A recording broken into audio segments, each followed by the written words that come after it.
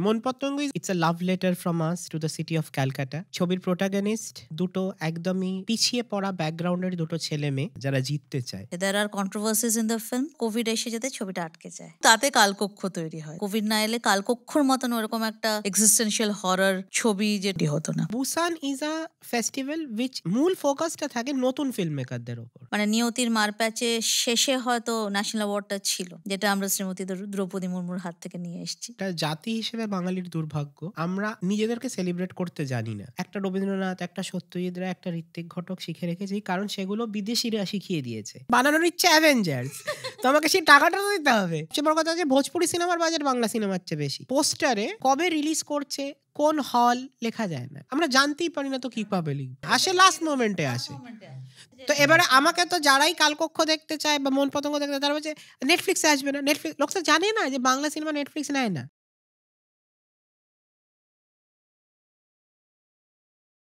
নমস্কার, বৈঠকখানার নতুন পর্বে আপনাদের সবাইকে স্বাগত। আশা করি আপনারা ভালো আছেন, সুস্থ আছেন, আনন্দের দিন কাটাচ্ছেন। তো আনন্দ থেকে মনে পড়লো আমাদের জীবনের আনন্দের একটা খুব বড় পার্ট সিনেমা। তো এই ডিসেম্বর মাসে বাংলায় খুব বড় বড় কিছু বড় বাজেটের বাংলা সিনেমা আসছে, এবং বাইরেও সব জায়গাতেই আসছে, ক্রিসমাস স্পেশাল। তো বাংলা ছায়াছবির পাশে দাঁড়াতে হলে সব ধরনের বাংলা ছায়াছবিতে আপনাদের দেখতে হবে। তো এরকমই একটা স্বাধীন ছায়াছবি যাকে বলা যায়, ইন্ডিপেন্ডেন্টভাবে কিছু ডিরেক্টর নিজেদের মতো চেষ্টা করেন লো বাজেট কিছু সিনেমা বানানোর। তো সেই জার্নিটা আমরা শুনবো। এরকমই একটা সিনেমা আসছে কালকে, মন পতঙ্গ। তাদের যিনি ডিরেক্টর, তাদের কিছু বছর আগে একটা সিনেমা রিলিজ করেছিল কালকক্ষ, প্রচুর পুরস্কার পেয়েছে এবং সিনেমাটা নিয়ে প্রচুর কথাবার্তা হয়েছে, হয়তো অনেকেই দেখেছেন সিনেমাটা। তো তাদের ডিরেক্টর আজকে আমাদের সঙ্গে আছেন, তারা তাদের সিনেমা নিয়ে কথা বলবেন। তা চলুন আলাপ শুরু করি আপনাদের সঙ্গে, আমাদের অতিথি রাজদীপ বাবুর সঙ্গে এবং শর্মিষ্ঠা ম্যামের সাথে। নমস্কার। নমস্কার। নমস্কার, কেমন আছো? একদম দারুণ। বিন্দাস, খুবই তো ভালো। খুবই ভালো। আসতে অসুবিধা হয়নি? না, একদম না। তো রাজদীপ পাল এবং শর্মিষ্ঠা মাইতি, এনারা এর আগেও আমাদেরকে কালকক্ষ বলে সিনেমা উপহার দিয়েছেন এবং আরও অনেক শর্ট ফিল্ম করেছেন ওনারা, যেটা আমরা শুনবো একটু পর। তাহলে আমরা কালকে সিনেমাটা নিয়ে কথা বলে নিই, মন পতঙ্গ। অবশ্যই। তো মন পতঙ্গ কী ধরনের সিনেমা বা আমরা কি এক্সপেক্ট করতে পারি? মন পতঙ্গ মানে এক্সপেক্ট দ্য আনএক্সপেক্টেড, এটাই সিনেমাটা সম্বন্ধে বলার। এবং একটা প্রচণ্ড দ্রুত গতির cinema. It's a love letter from us to the city of Calcutta. ছবির প্রোটাগনিস্ট দুটো একদমই পিছিয়ে পড়া ব্যাকগ্রাউন্ডের দুটো ছেলে মেয়ে, কিন্তু যারা পিছিয়ে পড়ে থাকতে চায় না, যারা জিততে চায়। এবং এই শহরের বুকে তারা একদম পথে থাকে, রাস্তায় থাকে, এবং সেই রাস্তা থেকে তারা রাজপ্রাসাদে পৌঁছতে চায়। এবং সেই পৌঁছানোর জন্য তাদের কি কি করতে হয় এবং আদৌ তারা সেই রাজপ্রাসাদে পৌঁছতে পারে কিনা। এবং তাদের একটা স্বপ্ন আছে, যেখানে তারা থাকে তার সামনে একটা বিশাল সিংহাসনের মতো চেয়ার আছে, সেই চেয়ারে তারা একদিন রাজা রানী হয়ে বসতে চায়, এবং সেই বসাটা তাদের কোনোদিন সার্থক হয় কিনা। এটাই সিনেমার গল্প। এবং সিনেমাটা ইটস ভেরি জনরা ব্রেকিং। মানে একভাবে সিনেমাটা শুরু হয়, তারপরে ফিল্ম নোয়ার, ক্রাইম রয়েছে, ইরটিকা রয়েছে, এবং তারপর একটা সোশ্যাল রিয়েলিজম, ম্যাজিক রিয়েলিজম, একটা সবকিছু রয়েছে। দুটোই রয়েছে। এবং তার সঙ্গে গান রয়েছে, নাচ রয়েছে, ক্রাইম রয়েছে। তো there is a lot of, it's a whole package বলা যেতে পারে। বাহ, বেশ সুন্দর একটা প্যাকেজের সিনেমা। তো যদি দর্শকরা ট্রেলার না দেখে থাকেন, অবশ্যই ট্রেলারটাকে দেখে আসবেন, বেশ ছাপ ফেলে যাবে ট্রেলারটা আপনাদের, আমি সেটা সিউরিটি দিতে পারি। তো শর্মিষ্ঠা দি, তুমি একটু বলো তোমার সিনেমা করার, মানে এই সিনেমাটার পেছনের মোটিভ কী ছিল? এই সিনেমাটার পেছনে প্রথম কথা, তুমি ট্রেলারটা যেহেতু তুললে, দর্শকদের ডেফিনেটলি বলে রাখা ভালো যে ট্রেলারটা কিন্তু পুরো অর্গ্যানিক ওয়েতে, মানে 4 লাখ ছাপিয়ে তার ভিউয়ারশিপ হয়েছে, যেটা কিন্তু ইন জেনারেল আজকের দিনে দাঁড়িয়ে হয় না। মানে নানান রকম মেকানিজম আছে, বুস্টিং প্রসেস আছে, আমাদের সেই ধরনের কোনোটাই মানে করাও হয়নি, করা সম্ভব হয়নি বা করতেও হয়নি, তিনটেই অ্যাপ্লিকেবল এখানে। তো সেখান থেকে আমরা বুঝতে পারছি যে একটা কিউরিওসিটি ছবিটা নিয়ে, ছবিটা যে জনরা ব্রেকিং এবং গ্রাউন্ড ব্রেকিং, এইটা কোথাও তার আভাসটা কিন্তু দিচ্ছে। এবং এই ছবিটার সাথে যেটা তুমি মানে ইন্ট্রোডাকশনে বলনি, আমি বলে দিই, এই ছবিটা গত বছর 29th কলকাতা ইন্টারন্যাশনাল ফিল্ম ফেস্টিভ্যালে Golden Royal Bengal Tiger Award পেয়েছে for the best Bengali film in the Bengali panorama section. তো এটা কিন্তু তার সাথে একটা অ্যাডেড এবং এটার একটা দীর্ঘ ফেস্টিভ্যাল জার্নি 1 বছর ধরে করেছে এবং ভীষণই সমাদৃত, মানে চর্চিত হয়েছে। দেয়ার আর কন্ট্রোভার্সিস ইন দ্য ফিল্ম এবং দেয়ার আর ওই যে পাথ ব্রেকিং যে ব্যাপারটা, মানে এই অ্যাসপিরেশনটাই যে ফুটপাতে বাস করে আমি তার সামনের আলিশান একটা শোরুমের সব থেকে দামি সিংহাসনওয়ালা চেয়ারে রাজারানী হয়ে বসবো, এই যে অ্যাসপিরেশনটা, এটা কোথাও সাবিরেরও অ্যাসপিরেশন, শর্মিষ্ঠারও অ্যাসপিরেশন বা রাজদীপেরও অ্যাসপিরেশন, যে আমরা সবাই we want to climb up the ladder. তো সেই জায়গাতে দাঁড়িয়ে ছবিটার যে কানেকশনটা উইথ দ্য অডিয়েন্স আমাদের মনে হয় অনেক বৃহৎভাবে হতে পারে, যদি ছবিটা ঠিকঠাকভাবে প্রেক্ষাগৃহে পৌঁছয় তোমাদের মাধ্যমে, বিভিন্ন হ্যাঁ ওয়ার্ড অফ মাউথ বলো বা মানে বিভিন্ন ধরনের চ্যানেলস, সেটা সোশ্যাল মিডিয়া হোক বা এই ধরনের পডকাস্ট হোক, সংবাদ মাধ্যম হোক, এবং আমরা যেটা করছি যে পথে নেমে একদম রাস্তায় যারা, মানে রাস্তার মানুষ বলতে এটা বলতে চাইছি যে রাস্তায় তুমি হাঁটছো, তোমার সাথে আমি কানেক্ট করে কথা বলবার চেষ্টা করছি, যেরকম একটা ছবি আসছে এবং কলাকুশলীরাই কিন্তু হেঁটে বেড়াচ্ছে উইথ প্যাম্পলেটস, লিফলেটস, কেননা এই ছবিটার মধ্যে প্রচুর নতুন মুখ রয়েছে। মানে এখানে যেরকম খুব স্বনামধন্য ম্যাভারিক লিজেন্ডারি অ্যাক্টর সীমা বিশ্বাসের মতন মানুষ কাজ করেছে, তেমনই ডেফিনেটলি শুভঙ্কর বৈশাখীকে কেউ চেনে না, তো তারাও রয়েছে। তো সেই কানেকশনটা কিন্তু এইভাবেও তৈরি করবার আমরা চেষ্টা করছি একটা ব্যতিক্রমীভাবে। তো ছবিটার মানে ক্রমিক হওয়ার যে কি বলবো ইনসেপশনটা, সেটা বোধহয় ছবিটার মানে মূল জার্নিটার একদম শুরু থেকেই ছিল। কারণ ছবিটা আমাদের সেই অর্থে ডেবিউ হওয়ার কথা ছিল অ্যাজ আ ফিচার ফিল্ম। 2020-তে যখন অরোরা ফিল্ম কর্পোরেশন বলে তোমরা বড় ছবি করার দিকে এগো, আমাদের এই অডিশন প্রসেস, কাস্টিং এগুলো মোটামুটি কিন্তু তখন থেকে হয়ে গিয়েছিল, কিন্তু কোভিড এসে যেতে ছবিটা আটকে যায় এবং তাতে কালকক্ষ তৈরি হয়, যেটার কিন্তু কোনো ধরনের কোনো পরিকল্পনাই আমাদের ছিল না। মানে কোভিড না এলে কালকক্ষর মতন ওরকম একটা এক্সিস্টেন্সিয়াল হরর ছবি যেটা জাতীয় পুরস্কার অবধি তার জার্নিটা নিয়েছে, সেটা তৈরি হতো না এবং এটা স্থগিত হয়ে যায়। এটা আবার রিভাইভ করার আমরা সুযোগ পাই মোটামুটি 2 ধাপের কোভিড যখন পেরিয়ে মানুষ একটা মনে করেছে যে সে একটা সুস্থ আবহাওয়া এবারে বাঁচতে পারবে, তখন আমরা আবার রিভাইভ করার কথা ভাবি এবং সেটা আগামীকাল রিলিজ হচ্ছে। খুব ভালো লাগলো গল্পটা শুনে।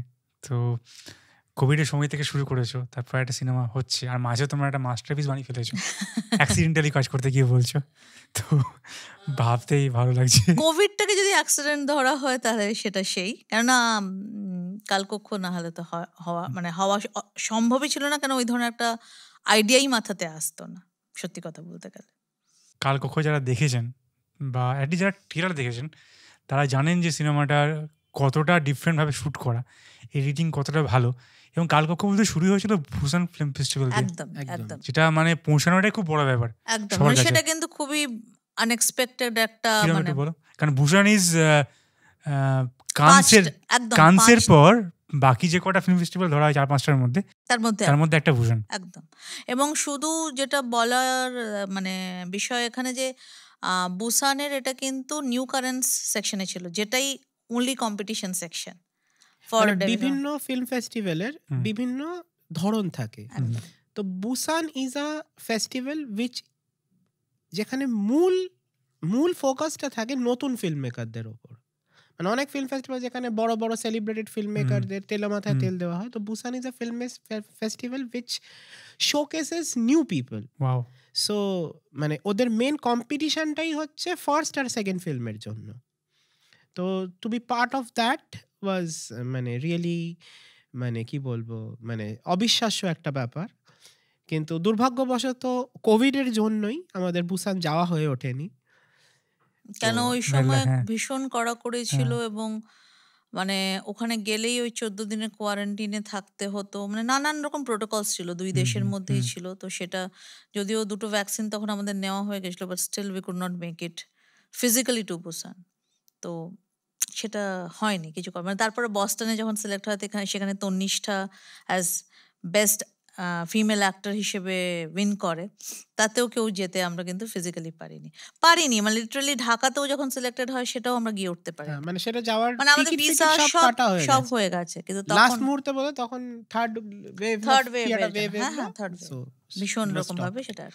কিন্তু ওই মানে বোধহয় এত মানে নিয়তির মারপ্যাচে শেষে হয়তো ন্যাশনাল অ্যাওয়ার্ডটা ছিল, যেটা আমরা শ্রীমতী দ্রৌপদী মুর্মুর হাত থেকে নিয়ে এসেছি। এটা আমাদের গর্বের ব্যাপার প্রচন্ড রকম ভাবে। না, এটা একটা আলাদা আবেগ হয়তো ডেফিনেটলি, মানে ন্যাশনাল অ্যাওয়ার্ড আমরা এর আগেও পেয়েছি। আমরা প্রণব মুখার্জির হাত থেকে আমাদের প্রথম জাতীয় পুরস্কারটা নিয়েছিলাম, সেটা একটা ডকুমেন্টারি ছিল। কি নাম ছিল? At the cross Rhodes নন্দনবাগচি life and living. আমরা ইউটিউবে পাবো এটা?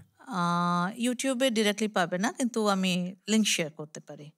মানে এটা হচ্ছে মানে 80s যারা রক মিউজিশিয়ানস এই ইস্টার্ন ইন্ডিয়া থেকে উঠেছিলেন, তার সেন্টারে নন্দনবাগচিকে রেখে ইংলিশ মিউজিক নিয়ে যারা চর্চা করতো, এবং পার্ক স্ট্রিট যে একটা হাব ছিল সেইটাকে মানে মাথায় রেখে ওনার 60th বার্থ অ্যানিভার্সারিটাকে কেন্দ্র করে পুরো এটাই সাজানো হয়েছিল। মানে এটাতে অমিত দত্ত, অঞ্জন দত্ত, কার্লটন কিটো তখন বেঁচে ছিলেন, লু হেল্ট, এরা সব মানে আমি ফিচার এখানে করেছে। একটা জিনিস অ্যাড করব, এটা জাতি হিসেবে বাঙালির দুর্ভাগ্য যে অ্যাজ বাঙালি আমরা নিজেদেরকে সেলিব্রেট করতে জানি না।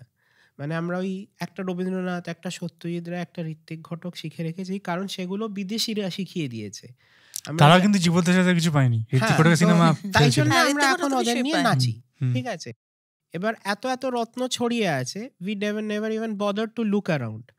মানে আজকে পুরো বম্বের যে ফিল্ম স্কোরিং হয় তার রুটস কিন্তু রয়েছে কলকাতাতে, এবং এই রুটসটা রয়েছে হচ্ছে এই জেনারেশনের মধ্যে। আজকে যে আমরা বাংলা ব্যান্ড শুনি, তো band started in Kolkata with English bands, যেটা ইংলিশে দর্শক অত নেই বলে ইট ট্রান্সফর্মড ইন্টু বাংলা ব্যান্ডস। তো এই ইতিহাসগুলো নিয়ে কেউ জানেও না, nobody is bothered to know. আমি অনেস্টলি বলছি, আমরাও জানতাম না। We are very fortunate that এই ডকুমেন্টারিটা করবার সুযোগ আমাদের কাছে আছে, এবং এই সব গ্রেট মানুষদের যাদের আজকে রাস্তায় তারা ঘুরে বেড়ান এবং nobody even রিকগনাইজেস them as great, তাদের সঙ্গে মানে সাক্ষাৎকার হওয়ার মানে সৌভাগ্যটুকু আমাদের হয়। এবং এটা মানে জাতীয় স্তরে অফকোর্স রিকগনাইজড হয়। এটা আমরা এই অ্যাওয়ার্ডটা আমরা 2014-তে পেয়েছিলাম। এবং এটাও আমরা এক্সপেক্ট করিনি, কারণ তখন আমাদের টাকা পয়সার অবস্থা এতই খারাপ, এবং তখন এমনি ডিভিডি ফিভিডিতে যেত না রাষ্ট্রীয় মানে জাতীয় পুরস্কারের জন্য পাঠাতে হলে। তখনকার দিনে এক ধরনের টেপ ছিল, বিটা টেপ, সেটাও আমরা আগে আর একটা জায়গায় পাঠিয়েছিলাম, সেটা হাফ চলা অবস্থায়, মানে it was not from the beginning. মানে ওই টেপগুলো এরকম হতো যে যেখানে তুমি শেষ করবে তারপরে আবার চালালে ওইখান থেকে চলতে আরম্ভ করবে, তোমায় রিওয়াইন্ড করতে হবে। তো এরকম একটা হাফ ওয়াউন্ড টেপ আমরা পাঠিয়েছিলাম, কারণ আমাদের যদি ওটাকে আবার রিওয়াইন্ড করে পাঠাতো তো তাহলে আমাদের একটা স্টুডিও ভাড়া করতে হতো, সেটা খরচা সাপেক্ষ। So we couldn't afford that. Rewind করে তারপরে আমাদের কথা আমরা বললাম যে না ঠিক আছে, যেটা এটাই আমাদের কাছে আছে, আমরা সাবমিটটা তো করে দিই। হ্যাঁ, and so they rewound and gave us that award. তো তারা শুধু রিওয়াইন্ড করেনি, তারা জুরি প্যানেল, অত বড় একটা জুরি প্যানেল তারা দেখেছে, তারপরে সেটা তাদের মনে হয়েছে, এবং সেখান থেকে তো এবার অনেকেই বলে যে সব অ্যাওয়ার্ড ফাংশনস স্কিউড থাকে, পলিটিক্স থাকে, এই থাকে। আমি বলছি না যে থাকে না, কিন্তু there are instances when people actually find out right content and they take the effort to find out right content and recognize it.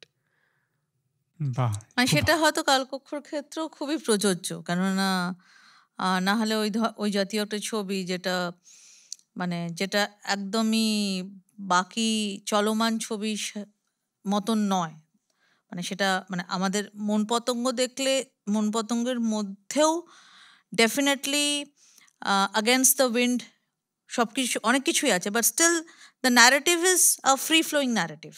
সেই ন্যারেটিভটা কিন্তু একটা গল্প, স্টোরি টেলিং এর ন্যারেটিভের মতন, যেটা কালকক্ষ নয়। মানে মন পতঙ্গে দর্শক দেখলে একটা মুখরোচক মানে ওঠা যাচ্ছে না এরকম একটা গল্প পাবে, কিন্তু কালকক্ষয় তো সেটা নয়। মানে গল্পটার মধ্যেই অনেক ঘোর প্যাচ আছে যেটার মধ্যে ঢুকতে হয়তো একটু ইনিশিয়েশন লাগে। হ্যাঁ, এবং সেখানেই অনেকেই সেখান দ্বারা রিপালসিভ হয়ে গিয়ে তাদের বোর্ডম মনে হতে পারে। তো সেই জায়গা থেকে ওটা রেকগনাইজড হওয়া অফকোর্স মানে সেটা যে কারণে আমি এই ব্যাক স্টোরিটাতে গেলাম যে শ্রীমতী দ্রৌপদী মুর্মুর হাত থেকে নেওয়ার মধ্যে একটা আলাদা আবেগ আমাদের জড়িয়ে আছে। যে আর ওনাকে বাই দ্য ওয়ে মানে কিছু মানুষ, মানে আমরা সেগুলো বিশ্বাস করিনি, মানে ন্যাশনাল অ্যাওয়ার্ড পাওয়ার প্রায় 1 বছর আগে তারা আমাদের বলে দিয়েছিল এটা তোমরা ন্যাশনাল অ্যাওয়ার্ড পাচ্ছই, নন বেঙ্গলি, বাঙালি নয়, nobody can stop you from getting the national award. আমি বলছি কি বলছে। তো তাই না, হয়। এটা বেশ গর্বের দিন তোমাদের জন্য। তো ন্যাশনাল অ্যাওয়ার্ডে তোমাদের বোধহয় বেস্ট ফিচার ছিল না মোস্ট প্রবাবলি? হ্যাঁ, বেস্ট বেঙ্গলি ফিল্ম Best হিসেবে Bengali film। হ্যাঁ 2021 মানে 23-এ আমরা অ্যাওয়ার্ডটা পাই, কিন্তু ফিল্মটা মেড তো 21 হয় সালে। 21 সালে। ওটা তো ডিলে হয়েছিল। ডিলে হয়েছিল কোভিডের জন্য। কোভিডের জন্য। জেনারেলি হয় কি যে বছরের ফিল্ম থাকে তার পরের বছরের মে মাসে ন্যাশনাল অ্যাওয়ার্ড সেলিব্রেশনটা হয়, কিন্তু সেটা ডিউ টু কোভিড ওই যে এখন একটা পিছিয়ে গেছে, কখনো সেটা সেপ্টেম্বরে হচ্ছে কখনো নভেম্বরে হচ্ছে, এই করে ওরা ultimately they will come to the time line, কিন্তু সেই ব্যাকলগটা থেকে যাচ্ছে। তো কালকক্ষর মতো এরকম একটা ডিফারেন্ট ধরনের চিন্তা ভাবনা, মানে চিন্তাভাবনাটাই মেন আমার মনে হয়, যেরকম ভাবা, চিন্তা করা, ওরকম ধরনের প্রেজেন্টেশন করা, এরকম আইডিয়াটা দুম করে আসলো কি করে? দেখো ডিফারেন্ট ধরনের রাজদীপ বলবি, কেননা it's the inception was from you, but আমি মানে যেটা প্রথমেই বলে দিতে চাই যে ডিফারেন্ট ধরনের চিন্তা ভাবনা সেটা মানে আপেক্ষিক অর্থে মনে হয়, বা যে দেখে তার মনে হয় যে এত আলাদা কি করে ভাবলো, কিন্তু বাস্তবিক সেটা না। তুমি কিন্তু ওই সময় 2020-তে যখন 21 মার্চ থেকে বাড়িতে বন্দি হলে তোমার জীবনযাপনটাও অলমোস্ট সেরকম হ্যাঁ। ছিল, ঠিক আছে? সেটাই কিন্তু মূল জায়গা। এই আমি যে যত্রতত্র যখন তখন যেখানে সেখানে যেতে পারি, সেই আমি দরজা খুলে দিনে 3-4 বার শুধু কলিং বেলে ডেটল বা স্যানিটাইজার ছড়াতাম। কিছু না, আমার একটা দুধওয়ালা হয়তো সামান্য ওই এন্ট্রি পেতো, আমাদের বিল্ডিংয়ে কাউকে ঢুকতেও দেওয়া হতো না, ও কলিং বেলটা টিপে গেছে ভয়ের চোটে।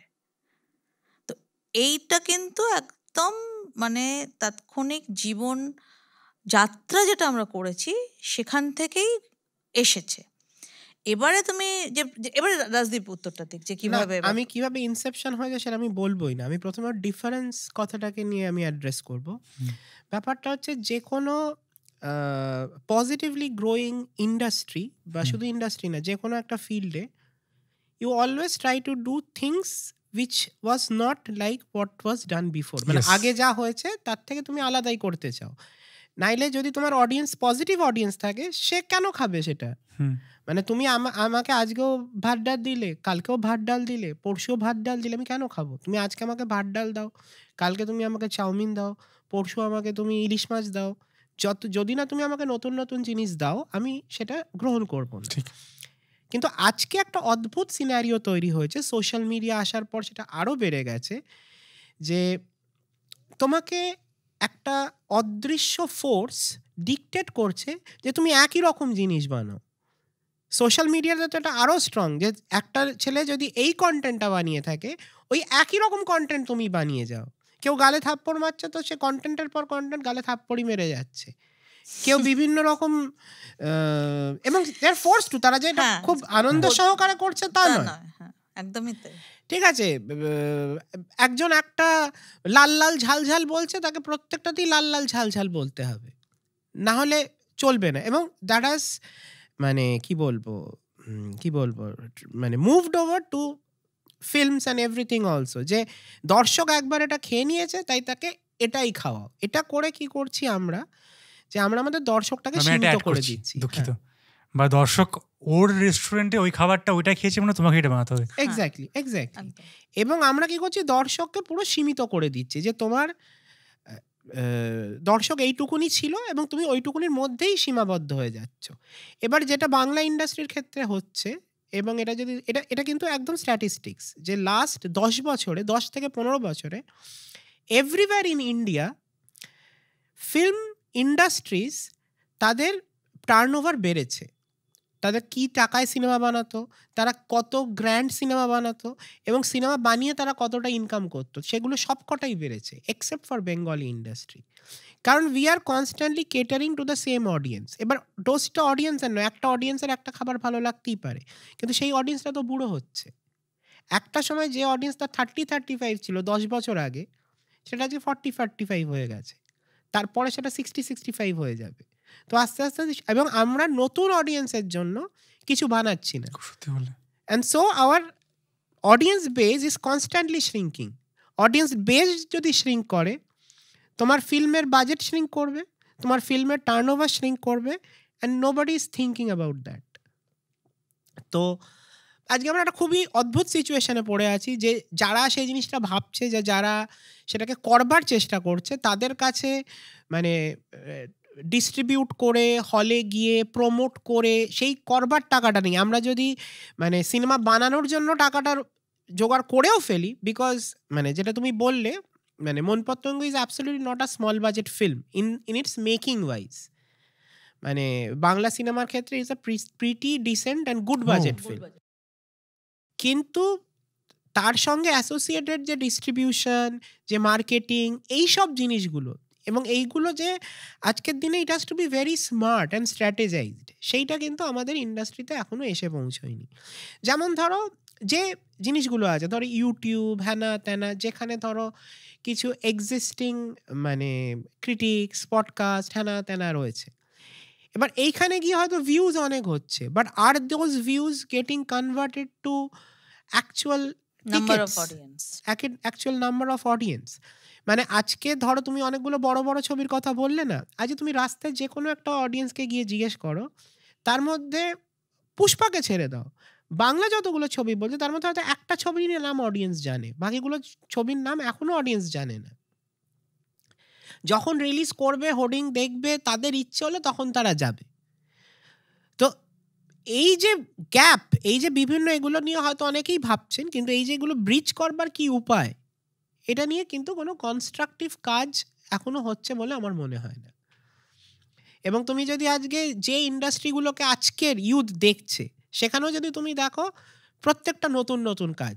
তুমি তো সাউথের প্রায় সিনেমা গুলে ফেলেছো। তুমি কি ভেবেছিলে একটা মহারাজা আসবে? তুমি কি ভেবেছিলে একটা কান্তারা আসবে?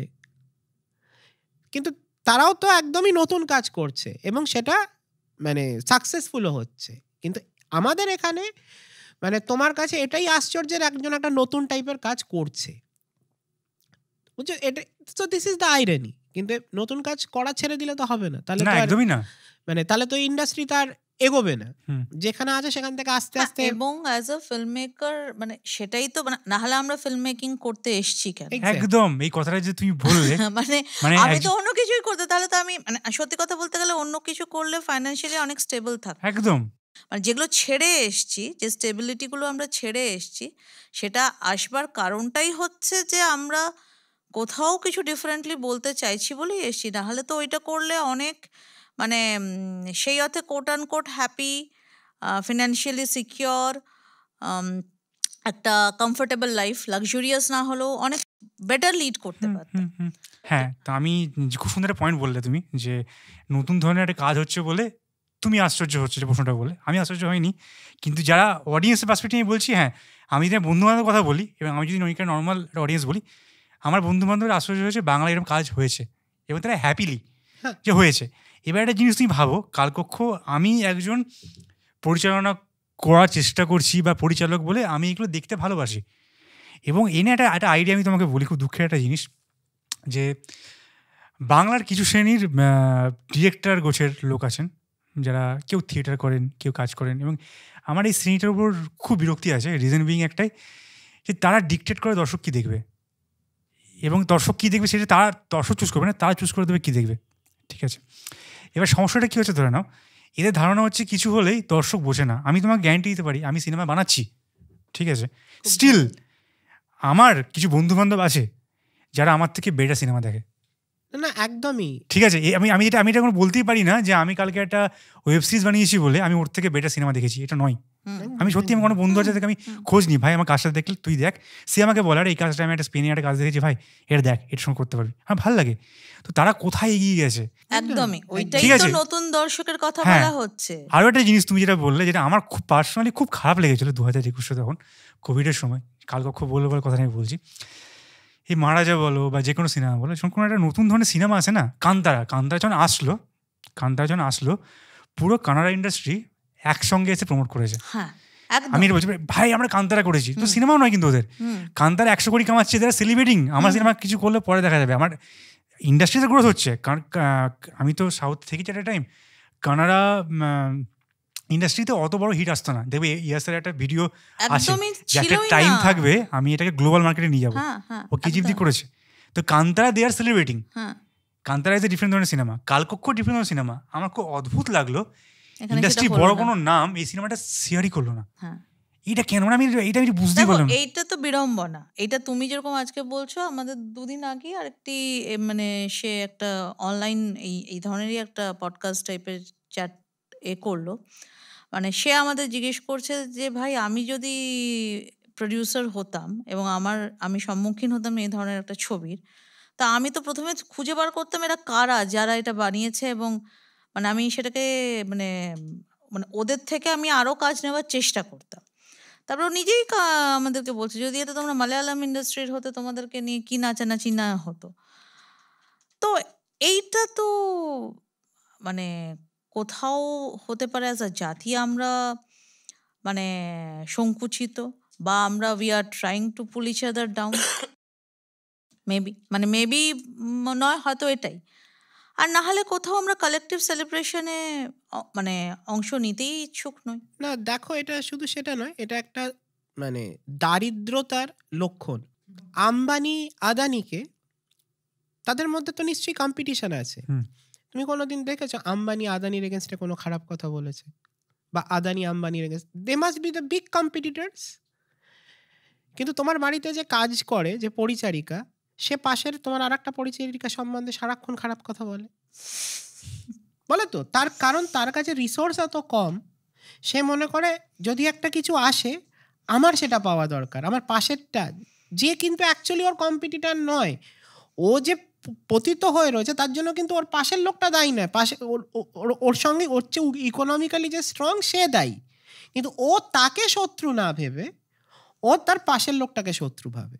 This happens when a industry or a society or a family is going through ভীষণ একটা ফাইন্যান্সিয়াল স্ট্রেসের ভেতর দিয়ে যাচ্ছে, যার তার কাছে দিশা নেই। তার আজকে তো আমাদের অ্যাজ আ মানে কি বলবে industry, we should compete with other industries. আমি আজকে বাঙালি হয়ে বাংলা ছবিকে কেন কম্পিট করব? আমি তো সাউথ ইন্ডিয়ান ছবির সঙ্গে কম্পিট করব। আজকে সবচেয়ে বড় কথা যে ভোজপুরি সিনেমার বাজেট বাংলা সিনেমার চেয়ে বেশি শুনছি, মানে তো তাদের সঙ্গে কম্পিট করব, যারা আমাদের সঙ্গে রয়েছে তাদের সঙ্গে কম্পিট করব, ইনস্টেড অফ মানে কম্পিটিশনটা নিজেদের ভিতরে করাচ্ছে। তো এটা তো কি করা যাবে, এই সময়ে আমরা দাঁড়িয়ে আছি। মানে একটা সময় ছিল যখন সত্যজিৎ রায়, মৃণাল সেন একে অপরকে স্ক্যাদিংলি ক্রিটিসাইজ করতো। তার মানে এই নয় যে তারা একে অপরকে অপছন্দ করতো, তারা যে একে অপরকে নেগেটিভলি রিভিউ করছে বা ক্রিটিসাইজ করছে সেটা জিনিসটার ভেতরে ঢোকবার জন্য, আরও কেন ভালো হলো না এইটা করবার জন্য। কিন্তু আজকেই আমাদের বন্ধুস্থানীয় যারা কন্টেম্পোরারি ফিল্ম মেকার্স আছে, আমরা কিন্তু তাদের ক্রিটিসাইজ করতে ভয় পাই, বা তারাও আমাদের ক্রিটিসাইজ করতে ভয় পায়। তারা কিন্তু দেয়ার ইন্টেনশনস আর নট ব্যাড। তাদের ইন্টেনশনটা হচ্ছে এই যে আমাদের রিসোর্স এতটাই কম যে একটা লোক একটা খারাপ আমাদের সিনেমা সম্বন্ধে বলে দিলে আমাদের ভয় লাগে যে আমাদের সিনেমাটা হয়তো কেউ দেখবে না। একদমই। তো এই আমি যদি খারাপ বলি ও তো আমাকে খারাপ বলবে। এক্স্যাক্টলি। আমিও যদি খারাপ বলি একজনের সিনেমা সম্বন্ধে, ও তো অনেক খেটে খুঁটে অনেক, আমি নিজে তো জানি যে আমাকে কতটা একটা সিনেমা বানাতে গিয়ে কতটা ট্রাভেল ফেস করতে হচ্ছে, ও কতটা ট্রাভেল ফেস করে সিনেমাটা বানিয়েছে। তো আমি ওকে একটা নেগেটিভ কমেন্ট দিলে এটা ওর সিনেমাটার ভবিষ্যতের একটা নেগেটিভ ইম্প্যাক্ট ফেলবে। So I also cannot do that. এবং সামনের জন্য খুব একটা, আমি কলকাতা আসার পর খুব বেশিভাবে এটা দেখেছি, স্পেশালি যারা আর্ট ফর্মের সঙ্গে জড়িয়ে, তারা কোনোভাবে কোনো ধরনের ক্রিটিসিজমই নিতে পারে না। এটাকে আমি বুঝতে পারি না। মানে আমি ধরে নাও কালকে তোমার সঙ্গে বলতেই পারি দেখে যে আমার এই জায়গাটা ভালো লাগেনি। এবার আমি একটা জিনিস খুব মেনটেন করি যে আমার কথা হচ্ছে কেউ ভালো লাগেনি সে কি জেলাসি থেকে বলতে হবে বলে দিচ্ছে না, সে কোনো কারণ আছে, ঠিক আছে? তো কারো যদি কারণ থাকে হয়তো আমি না এগ্রি করতেই পারি, হয়তো আমি তোমাকে বলতে পারি কালকে মন পতঙ্গ দেখে আসে এই সিনেমার নামটা ভুল দিয়েছো, আমি হয়তো ভুল বলতে পারি। এবার আমি যদি জাস্টিফাইডে তুমি বলতে পারো, তোমার যদি ওই দৃষ্টিভঙ্গি, তোমার যদি কোনো একটা সয়ের দৃষ্টিভঙ্গি থেকে থাকে, তুমি অনর থাকো না ভাই আমি এটা ভাবিনি, আমি এটা ভেবেছিলাম। বাট আমাকে বলার জায়গাটা তো দাও রে ভাই। মানে আমি তো একটা টাকার খরচা করে সময় খরচা তোমার সিনেমাটা দেখতে গেলাম, তো আমার বলার রাইট নেই কেন এখানে? অ্যাবসলিউটলি। এবার এখানে আমি একটা জিনিস অ্যাড করব, এই যে যারা তোমরা পডকাস্ট করছো, ইউটিউব চ্যানেল করছো, যারা নতুন ধরনের সিনেমা দেখছো, মানে মানে আমি বিশ্বাস করি যে তোমাদের ওপরেও অনেক চাপ আছে, you have to earn your finances and all that. কিন্তু আমরা যদি অ্যাজ আ সোসাইটি আমরা সবাই বলি আমার ওপর চাপ আছে, I will not stand for what I believe, তাহলে তো কমপ্লেন করে কী লাভ? মানে ধরো সত্যজিৎ রায়েরা যখন সত্যজিৎ রায় হয়েছিল তখন কিন্তু there was a film society movement, সেখানে কিন্তু critics, artist, every person had come together. শুধু যে ফিল্ম মেকার এসেছিল তা কিন্তু নয়, বিভিন্ন সোসাইটির বিভিন্ন ইন্টেলেকচুয়ালসরা, শব্দটা আবার ইন্টেলেকচুয়াল ইউজ করছি, ওটার অন্য কনোটেশনস আছে, কিন্তু সত্যি যারা মানে বুদ্ধিমান সেই সব লোকজন এসে এই প্ল্যাটফর্মটা তৈরি করেছিল, তাই জন্যই বাংলা সিনেমা একসময় স্বর্ণযুগে গিয়েছিল, ঠিক আছে? তো আজকে দাঁড়িয়ে আমরা যদি চাই যে আমরা কোথাও বাংলা সিনেমা রিভাইভ করুক বোথ কমার্শিয়ালি অ্যান্ড ক্রিটিক্যালি, সেখানে কিন্তু we have to come together and create this space where we stand for what we feel is good.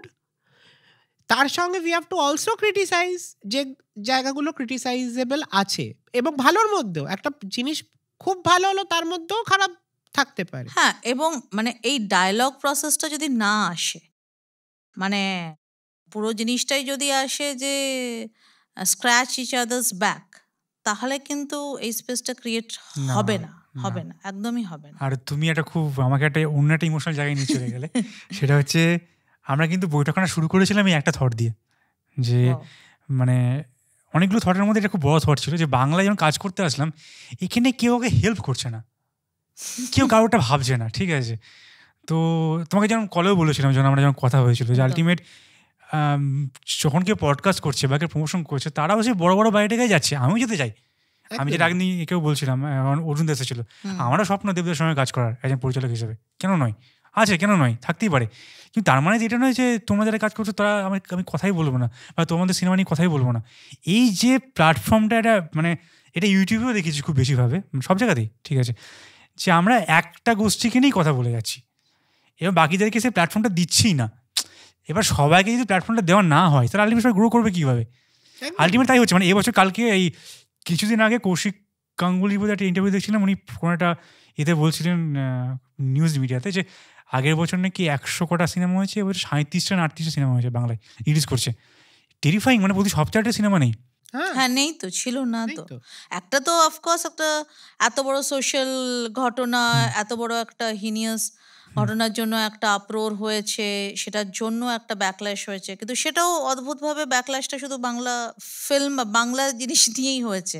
সেটার তো কারণ কেন সেটা আমাদের বাংলা সিনেমার লোকজন তো কেউ কিছু করেনি, তো ওদের কি গালাগাল দেওয়ার কারণটা কি? কেন, কারণটা কি সেটা তো আমাদের ইয়ে উচিত যে বাংলা সিনেমার উপর দর্শকের এই রাগটা হচ্ছে কেন? এই যে তুমি যেটা বলছো এই রাগটা তো কোথাও ইয়ে আছে যে আমি তো জানি না আজকে পোস্টারে কবে রিলিজ করছে, কোন হল লেখা যায় না, আমরা জানতেই পারি না, তো কিভাবে লিখবো? তো একটা যদি সাধারণ লোক, সে যদি মানে আমার বাবা কাকা তারা যদি সিনেমা একটা দেখবে ভাবেও, তারা তো কনস্ট্যান্টলি বুক মাই হয়ে যাচ্ছে না। হ্যাঁ, আগে পোস্টারটা পড়তো, পোস্টারের নিচে মানে একটা হাব থাকতো যেখানে কোন কোন একটা ডিস্ট্রিক্টের কোন কোন হলে চলছে সব লেখা থাকতো। একদম হলগুলোর নামগুলো, মানে তুমি হলের সেরকম নামও হতো, ধরো মানে আমি পূর্ণ, পদ্মা, হুমুক, তুসুক করে এইভাবে জিনিসটা লেখা। 10 বছর আগেও সেটা ছিল। এবং তার থেকেও বড় কথা যেটা ধরো সিনেমা হলের বাইরে থাকতো, লোকে সেখানে গিয়ে মানে এখন মানে জিনিসটা অন্য মোল্ডে নিয়ে চলে গেছে। এবার হয়তো হিন্দি সিনেমার জন্য এগুলো ওয়ার্ক করছে, কিন্তু হিন্দি সিনেমা তো ছবি বানাচ্ছে ভাই 200 কোটির, তোমার ছবি কোন বাজেটে হচ্ছে? আমাদের অ্যাজ এ ইন্ডাস্ট্রি তো বুঝতে হবে যে is this working for us. আজকে তুমি বাংলা ছবির কটা ট্রেলার তুমি দেখতে পাও হলে গিয়ে, তুমি ছবির ট্রেলার দেখতে পাবে না, হলে ছবির ট্রেলার দেখা যায় না, আমরা ইউটিউবে রিলিজ করি। এবার ইউটিউবে যে দর্শকরা দেখে তাদের মধ্যে কজন সিনেমা হলে যায়? হ্যাঁ, এবং যারা যারা তোমার সিনেমার মানে একদম পাঁড় দর্শক, যারা সিনেমা হলের দর্শক, তারা জানতে পারছে না তোমার ছবিটা আসছে। না, এইটা তো মানে আমরাও খুব মানে সিনেমা হলে such a big irony যে তার একটা বিশাল টেকনিক্যাল জায়গাও আছে, সেটা মানে সেটা আলোচনা এখানে করাটা কতটা জাস্টিফাইড হবে আমি জানি না। মানে সেটা পরে আমরা বুঝেছি যে এখন যে প্রসেসে, ডিজিটাল প্রসেসে যেভাবে জিনিসগুলো মানে বিভিন্ন ভাবে অ্যাকচুয়াল প্রজেকশন হয়, সেখানে মানে ওই সিস্টেমে যদি ট্রেলারকে ফেলতে হয়, সেখানে প্রডিউসারের প্রচুর সেটা কস্ট এফেক্টিভ। সেই জায়গা থেকে সেই কস্টটাকে এফেক্টিভ করা যায়, কিন্তু সেই প্রবলেমগুলো রিজলভ হচ্ছে না। হ্যাঁ, এবং সেটা নিয়ে আমাদের ইন্ডাস্ট্রিতে মানে সেটা নিয়ে আমি জানি না এখানে খুব মানে ভাবনা চিন্তা খুব সাধারণভাবে, মানে এটা তো সাধারণভাবেই হওয়া উচিত। তো মানে আমি একটা ফিল্ম দেখতে গেছি, আমি একটা ট্রেলার দেখতে পেলাম, তো আমার তো কিউরিওসিটিটা সেখানেই জেনারেট হয়ে যাবে। এটার থেকে মানে আর সহজ তো কিছু হতে পারে না। মানে আমাদের ট্রেলারটার ধরো অর্গানিক্যালি 4 লাখ ভিউজ হয়ে গেছে, এবং আজকের দিনে অনেক জিনিসই দেখেছো যে 3 দিনে 3 লাখ ভিউজ হয়ে গেছে, বা 1 দিনে 3 lakh views. Those things how they can happen we know. In fact আমাদের অন্য জিনিসের করা হয়েছে সেটা, যে বুস্ট করে হ্যানা করে ত্যানা করে। সো এই ট্রেলারটা অর্গানিক্যালি এত ধরতে লাগলো, যারা বুস্টিং এর লোক they themselves don't even touch it. কারণ তুমি যে বুস্ট করে যে ভিউগুলো পাচ্ছ, যে একদিনে 3 লাখ 4 লাখ 1 কোটি view, those don't translate at all. কিন্তু দিস মাইট ট্রান্সলেট, ঠিক আছে, অ্যাজ ইউর রিয়েল অডিয়েন্স। মানে এখানে 4 লাখের মধ্যে হয়তো একটা পার্সেন্টেজ অ্যাকচুয়াল তোমার অডিয়েন্স রয়েছে, কিন্তু মানে তুমি বুস্ট করলে যেটা পাবে সে কোথায় দুবাইতে চলে যাচ্ছে, এটা তোমার ট্রেলারের ভিউ আসবে, তোমার সিনেমার তো কিছু হবে না। তো এবার হচ্ছে এইরকম একটা ট্রেলার যদি আমি 1 সপ্তাহ আগে থেকে আমার হলগুলোয় দেখাতে পারতাম, যেটা হিন্দি সিনেমা ইংলিশ সিনেমার জন্য হয়, তো it would have worked in my favour. কিন্তু এটা সেটা তো বেনিফিটেড মানে শুধু ফিল্ম মেকারের না, সেটা তো বেনিফিটেড পুরো যারা এইটার সাথে জড়িত, মানে বিজনেসের সাথে জড়িত, সেটা প্রডিউসার হোক, সেটা ডিস্ট্রিবিউটর হোক, ইনভেস্টার্স হোক, তারা তো সবাই বেনিফিটেড হতো। হ্যাঁ, আমার খুব একটা কথা মনে পড়িয়ে দিলে, চিরঞ্জিত স্যারের সঙ্গে আমার একদিন আলাপ হয়েছিল, ওনার সঙ্গে একটা কাজ নিয়ে কথা হচ্ছিল।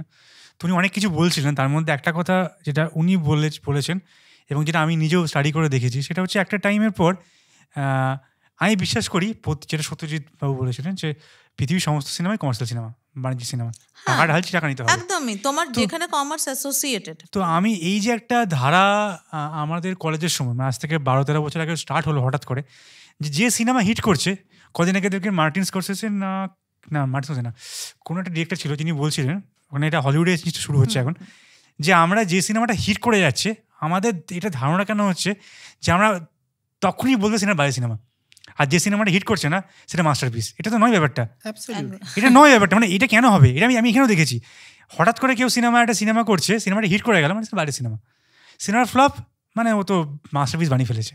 আমি দেখলাম যে একটা টাইম ধরে, মানে আমরা যখন সিনেমা দেখছিলাম, আমি নাম নিয়ে বলছি, ধরেন আমাদের সময়ে যখন ছোটো ছিলাম, যখন মানে আমার মনে হয় সব থেকে ভালো ব্যালেন্স ছিল আমাদের জন্য, আমরা কলেজের দিকে যখন ঋতু স্যার কাজ করছিলেন, আবহাওয়ান বেরোচ্ছে, তখন জিতের সিনেমা হিট করছে, প্রসেনজিৎ হিট করছে, মিঠুন চক্রবর্তী হঠাৎ করে ফেরত এসেছেন, দেব নতুন নতুন উঠেছেন সিনেমা, যে আমাদের ঋতুপর্ণ ঘোষের সিনেমা চলছে, কৌশিক গাঙ্গুলি উঠছেন ভালোভাবে, তখন সব ধরনের বাংলা সিনেমা চলছিল হঠাৎ করে, মানে 2006 থেকে 12 বলছি, মোটামুটি সব ধরনের বাংলা সিনেমা চলছিল।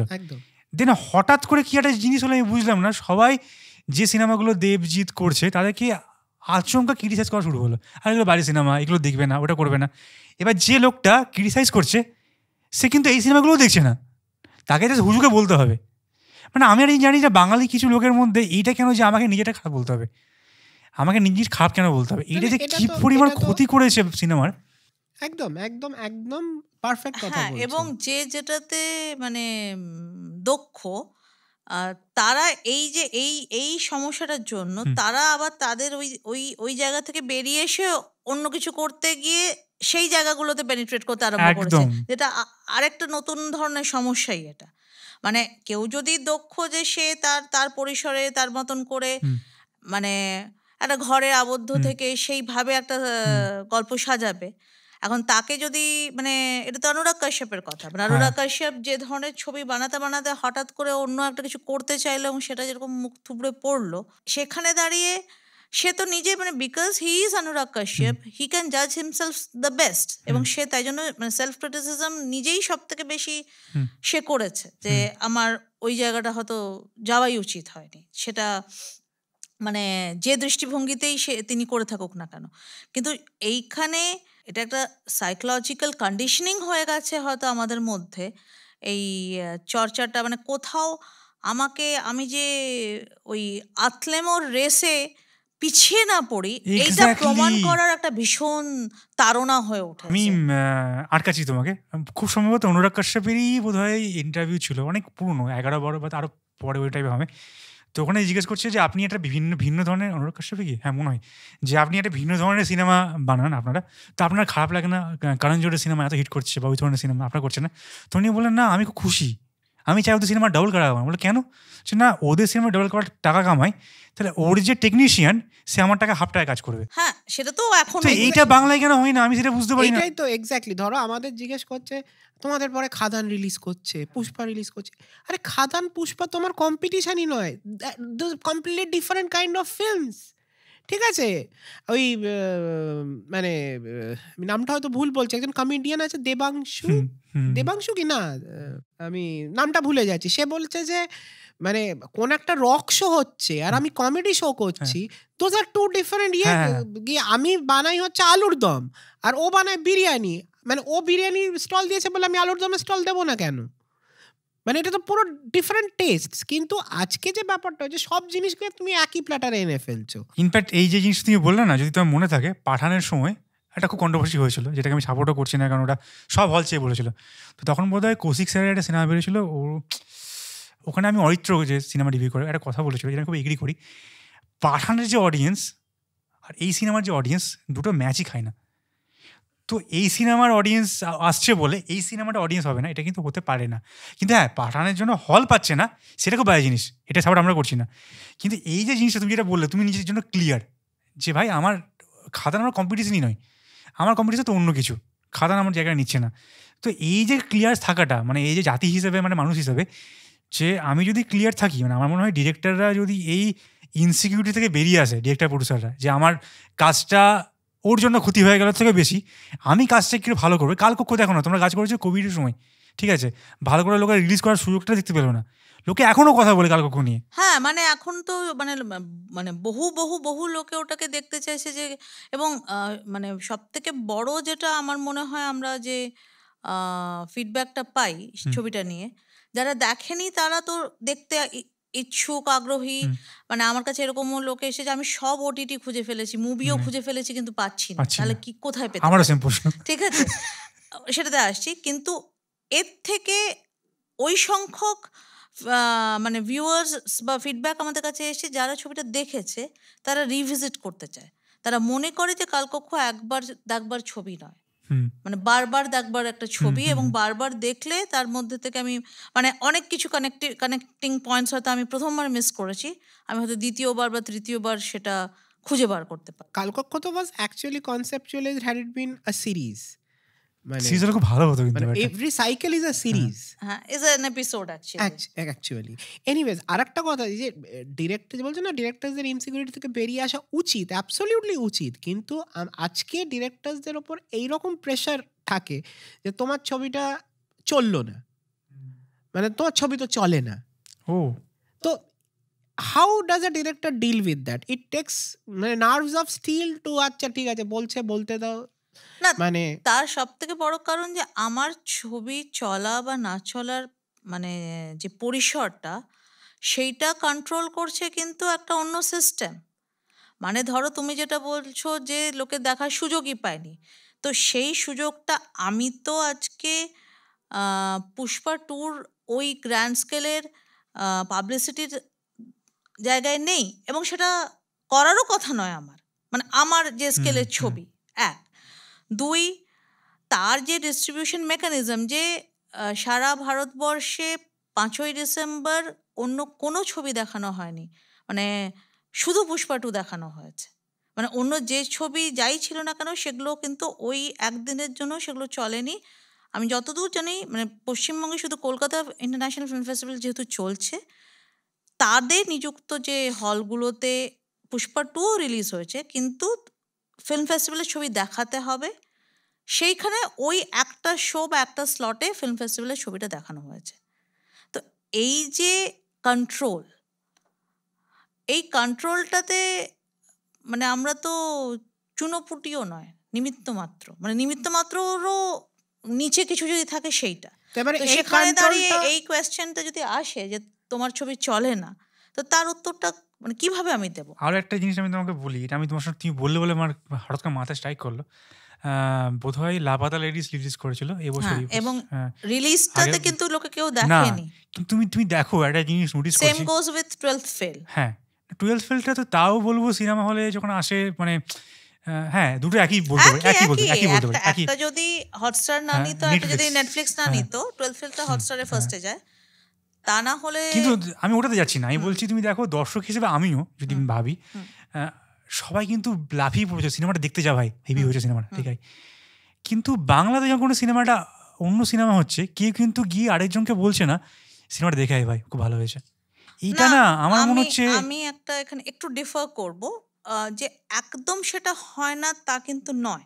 এবারে তুমি মানে আমি ডিফারটা এই জায়গা থেকে করছি। ধরো লাপাতা লেডিজ বলো বা 12th ফেল বলো বা যেগুলো একটা হিন্দি সিনেমা, তার অডিয়েন্স বেসটা তো বেশি, ঠিক আছে। এবং আমার বাংলা ছবি তুমি যেরকম ইন্ট্রোডাকশনটাই দিলে কলকাতার কিছু হল, আমি একটু বাড়িয়ে দিচ্ছি যে না ওয়েস্ট বেঙ্গলের কিছু হল, এবার সেগুলো সবই তো একটা গণ্ডি, ঠিক ঠিক ঠিক আছে।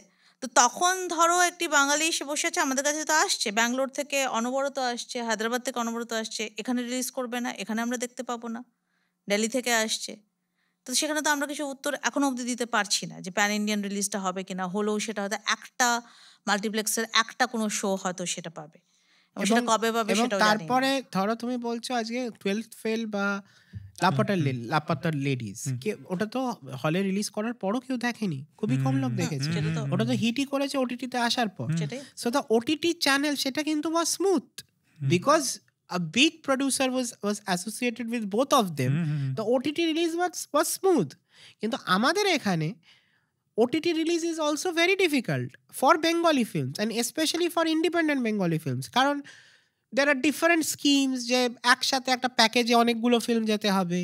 অনেক ওটিটি আছে নাম করার ওটিটি যারা বাংলা সিনেমা নেয় না, ঠিক আছে, নিচ্ছে না, নেটফ্লিক্সে নিচ্ছে না, নেয় না, কখনো নেয় না, মানে সেটা এক যুগ হয়ে গেছে যে। তো এবারে আমাকে তো যারাই কালকক্ষ দেখতে চায় বা মন পতঙ্গ দেখতে, তারা বলছে নেটফ্লিক্সে আসবে না, নেটফ্লিক্স, লোক তো জানে না যে বাংলা সিনেমা নেটফ্লিক্স নেয় না।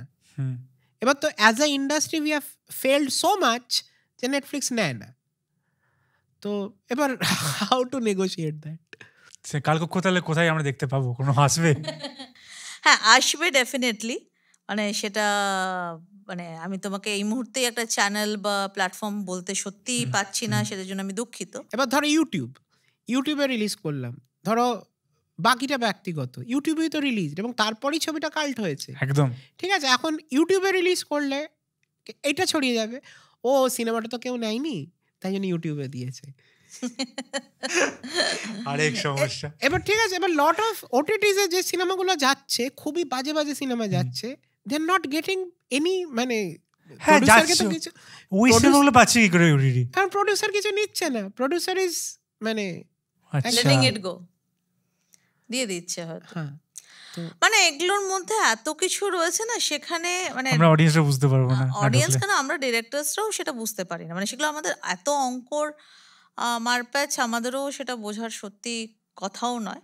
কারণ তুমি যদি ক্রিয়েটিভ হও, তুমি ক্রিয়েটিভিটিটা নিয়েই তো বেশি ডিল করবে। আমি তোমাকে একটা ভালো ছবিই দিতে পারি উপহার, এবারে ছবিটা চালানোর দায়িত্ব যদি আমার হয়, তাহলে তো I better not be the মানে the director, I better be the person or be in that section where I can run the film, where I can fight for that. না এরকমও যেটা কিন্তু ট্রু, মানে যেটা মানে because I spoke about Anurag Kashyap, মানে ওনার শুরুর দিকে জার্নিতে যিনি ছিলেন, যে দৌড়ে দৌড়ে ইন্টারন্যাশনাল সার্কিটে অনুরাগ কাশ্যপকে ইন্ট্রোডিউস করেছিলেন, সেটা ফেলে দেওয়া যায় না।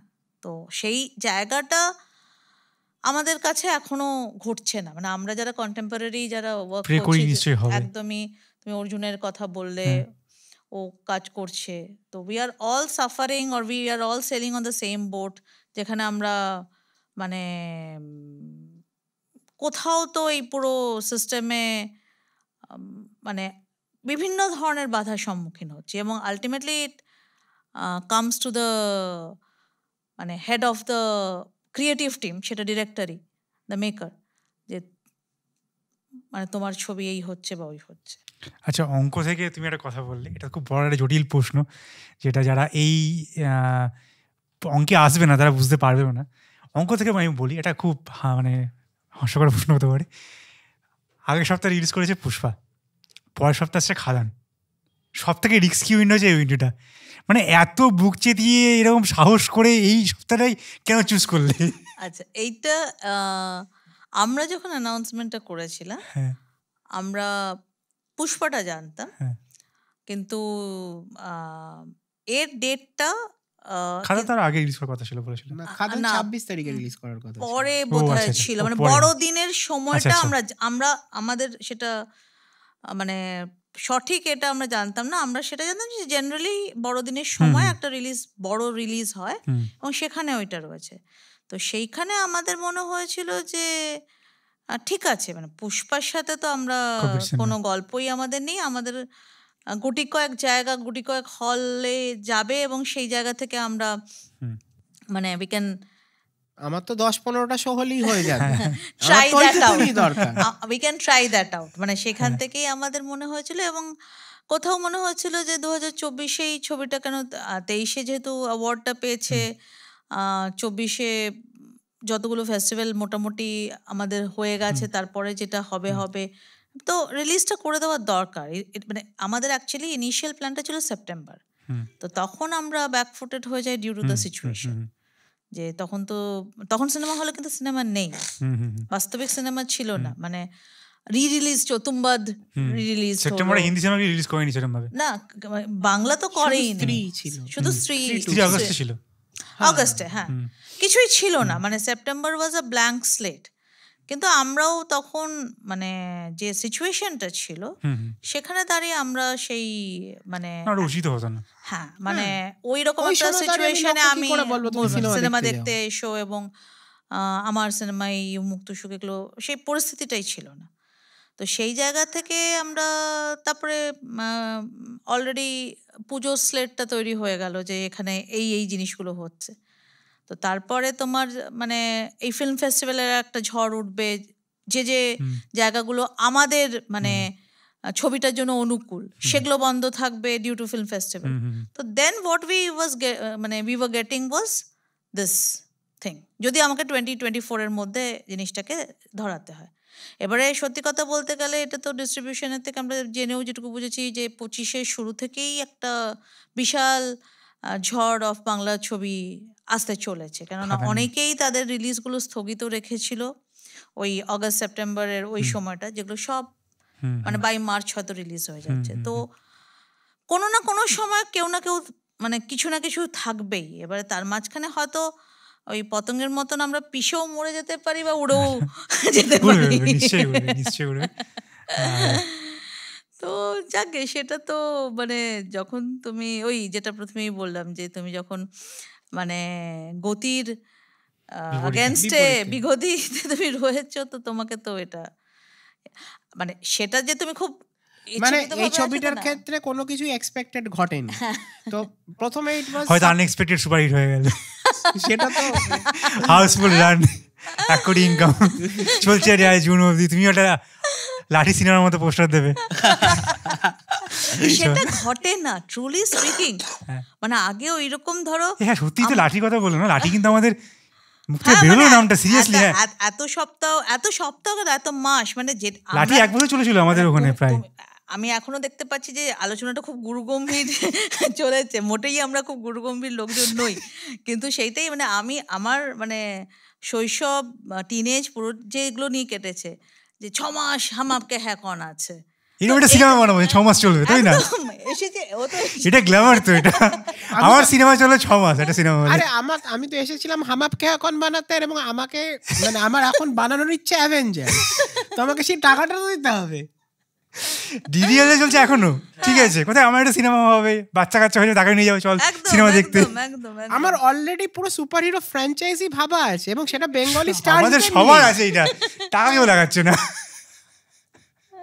টাকা আর কেউ লাগাচ্ছে না, কারো সাহস নেই এটা করে। মানে ওই জিনিসটাই বোধহয় সিনেমা ওয়ার্ল্ড থেকে চলে আসবে। মানে আজকের জেনারেশন ওটা ভাবতেই পারে না, যারা স্যাট স্যাট স্যাট এই করতে থাকে পুরো ওয়ার্ল্ড জুড়ে তাই এখন। না মানে কিন্তু কোনো একজন মানুষ তো একটা তখন আননোন ফিল্ম মেকার যে একটা খুবই ছোট ফিল্ম বানিয়েছে একটা মোটা হিরোকে নিয়ে, সে একটা ছবি ভেবেছে যার হিরো হচ্ছে একটা মাছি, তার পেছনে একজন অত টাকা ইনভেস্ট করেছিল, কিন্তু আমি ভাই তাই জন্যই ওই ইন্ডাস্ট্রিটা আজকে এই জায়গায় পৌঁছেছে। আমি এখনো বলি রাজামৌলির one of the best creation হচ্ছে মাক্ষী। হ্যাঁ মানে বাহুবলী তো অনেক কিছু ছিল, ছিল, there are so many grandeur, মাক্ষীতে মানে আমি যে কিছুই বিশ্বাস করি না, আমি সত্যিই মানে সিনেমার লাস্টে বলছি মাছি মরে যেন না যায় ভাই, মানে আমি সিনেমাটাকে মেরে দেবো, ঠিক আছে কিছু হলে, ঠিক আছে। মানে এই যে আজকে মাক্ষী কেউ ভাবলে আমাদের ইন্ডাস্ট্রিতে কেউ ওটা প্রডিউস করতো না, ওটাকে কি বলা হতো, ওটাকে নিশ ফিল্ম বলা হতো। But that is a commercial movie. মানে সামন্তা কাজ করেছে, নানি কাজ করেছে, সুদীপ কাজ করেছে, কাজ করে থাকুক না কেন, তারা তো they are not the face of the film. The face of the film is that মাক্ষী। না আমি বলছি তারা কিন্তু এগ্রিও করেছে, মানে তারা জানে যে এটা তাদের সিনেমায় একটা মাছি একটা হিরো, তারা এমনি ঘুরে বেড়াচ্ছে, ভাবলে কি বলছে ভাই, কি পাগল হয়েছে এরকম বলবে, তারা করেছে। এবং ওই সিনেমাতে সুদীপের অভিনয় ভাই, মানে আমি ভাবছি অভিনয়টা করেছিল কিভাবে ওখানে দাঁড়িয়ে, মানে আমরা তো বিবেক দিয়ে পরে দেখছি ওই অভিনয়টা অত সুন্দরভাবে করেছে কিভাবে, যে চান করছে মনে হচ্ছে পিছিয়ে যায় বাথরুমে, আরো মানে আমার বুকে পুরো ব্যাপারটাই না তোমাকে as a industry stars actors producers তাদের সবাইকে তো এই রিস্কটা নিতে হবে, তাদের সবাইকে তো সাহসটা দেখাতে হবে, then only this film can be made, then only আর রাজামৌলি ক্যান বি মেড। আজকে বহুরূপী এখনো প্রায় চলছে, অনেক হলে দেখাচ্ছে, মানে এখনো কিন্তু দর্শক আছে যারা দেখতে চায় সিনেমা। দুটো জিনিস আমার মনে হয় 2 থেকে 3টে জিনিস ল্যাক হয়, মানে এটা আমার এখন আমি নিজে সিনেমা বানিয়ে উঠিনি তো আমার এটা লেকচার দেওয়া উচিত না, এখন অডিয়েন্স পার্সপেক্টিভ থেকে বলছি। এক হচ্ছে গিয়ে ঠিকঠাক প্রমোশন হয় না বাংলায়, খুব বড় একটা রিজন, যেটা আমি খুব ভালোভাবে চাই যদি আমাদের বৈঠকখানা থেকে যদি আমরা কোথাও কোনো সিনেমাকে হেল্প করতে পারি আমাদের এখান থেকে, আমরা খুব খুশি হব। সেকেন্ড, আমার মনে হয় যখন কাজ আসে, যে কোনো কাজ প্রথমেই কাজটাকে নিয়ে না প্রচুর ন্যাক্কার যেন কথাবার্তা তৈরি হয়ে যায়, যে কোনো কাজকে প্রথমেই আমি নেগেটিভ কিছু বলে দেবো প্রথমেই। আর 3 নম্বর আমার কোথাও না কোথাও মনে হচ্ছে যে গল্পটা দর্শকের কাছে পৌঁছাবে, মানুষ মানে প্রোডাকশন বা ডিরেক্টর বা যে কেউ যারা সিনেমাটা বানাতে চায়, তারা মানে একটা পেস আছে, আমি যেটা মনে করি দর্শক এটা খেতে চাই, আমি দর্শকের রান্না করতে চাই, এটা ব্যালেন্স হচ্ছে মাঝখানে আনা, ঠিক আছে। আমি জোর করে একটা খাবার বানিয়ে দিতে পারি না, মানে কালকে আমি যদি দর্শককে আমি এটা বলতে পারি না আমি উচ্ছে সবজি বানিয়েছি খাবি না কেন, খেতেই হবে, তো টেস্ট নেই, এটা বলতে পারি না, ঠিক আছে। আবার আমার যদি মনে হয় কালকে দাঁড়িয়ে যে আরে ও একটা খাচ্ছে কোথাকার চাইনিজ খাবে, রান্না করতে পারি না, চাইনিজ না বলো চাইনিজের গোছিও কিছুটা বানিয়ে দিই, একটা মানে একটা চিলি চিকেন বানিয়ে দিই, ওটা চাইনিজই আমার মতো করে বানিয়ে দিই, আমি সেটা বলছি। এটা করাটা তো কঠিন, কিন্তু আমি যত লোকের সাথে মিশেছি এটা আমার খুব খারাপ লাগে বলতে, কারণ এই ফার্স্টেশনটা যখনই কোনো ডিরেক্টর আসে আমি জানি কেন এটা বেরিয়ে আসে আমার মুখ থেকে, কারণ প্রতিবার আমি কলকাতায় এসেছিলাম, বাইরে কাজ করতাম হায়দ্রাবাদ বা অন্য জায়গায়, দেখতাম তারা প্রচণ্ড ওপেন মাইন্ডেড কাজ নিয়ে। আমার এখানে মনে আছে একটা ডিরেক্টর আমাকে বলেছিল, আমি বারবার আমার মাথায় আসে, আমার খুব খারাপ লাগে, আমি বলছিলাম এই যে গল্পটা লেখা হয়েছে এটা তো কঠিন হয়েছে দর্শকদের জন্য, এতটা কঠিন তো না বললেও চলে। আর কলকাতায় তো একটা স্ট্রাকচার আছে যে আমি কী করে কঠিন সিনেমা বানাতে পারি, ঠিক আছে, মানে কেউ যদি কঠিন সিনেমা বানালাম, মানে যদি অডিয়েন্স বুঝতে না পারে সিনেমাটা মাস্টারপিস, অডিয়েন্স বুঝতে পারেনি, ঠিক আছে। তাই বলেছিলাম তার কথা হচ্ছে অডিয়েন্সকে বোঝানোর দায়িত্ব আমার নয়, আর ডিরেক্টরের দায়িত্ব নেই অডিয়েন্সকে বোঝানোর দায়িত্বটা কার ভাই, ঠিক আছে। আমি ভেবেছি না তো উনি একলা এরকম, বা হয়তো উনি আজকে রাগের মাথায় বলে ফেলেছেন, ও বাবা তারপরে তো যত লোক সবাই দেখি একই রকম। না এখানে আমি একটা কথা বলবো যে সিনেমা 3 ধরনের হয়। এক ধরনের সিনেমা হচ্ছে যেটা পুরোপুরি দর্শককে কেটার করে, দর্শক এই জিনিসটা চাইছে তোকে ওটাই দাও ওটা যেটাই এখন হচ্ছে খুব বাজেভাবে ফিল করছে। আরেক ধরনের সিনেমা হয় যেটা পুরোপুরি অথরের সিনেমা, তুমি যদি আজ ফ্রেঞ্চ সিনেমা জার্মান সিনেমা, তাদের সব সিনেমা কিন্তু ওরকম নয়, বেশিরভাগ কিন্তু যে ইউরোপিয়ান সিনেমাগুলো আমরা ইউজুয়ালি ফেস্টিভ্যালে দেখি সেইগুলো ওরকম, দে ডু নট, মানে সেখানে কিন্তু একটা ইয়েই আছে যে মানে good cinema should not be catering to the audience, মানে অডিয়েন্স বুঝলো কি বুঝলো না, মানে এটা নিয়ে যেন অথার বদার্ড না হয়।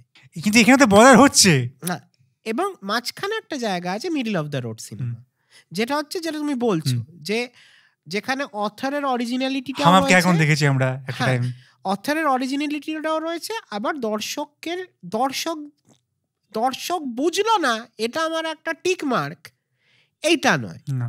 তো আমিও এই ধরনের সিনেমাতেই বিশ্বাস করি, মানে আমি আমার ছবি এইভাবেই আমি বানানোর চেষ্টা করি।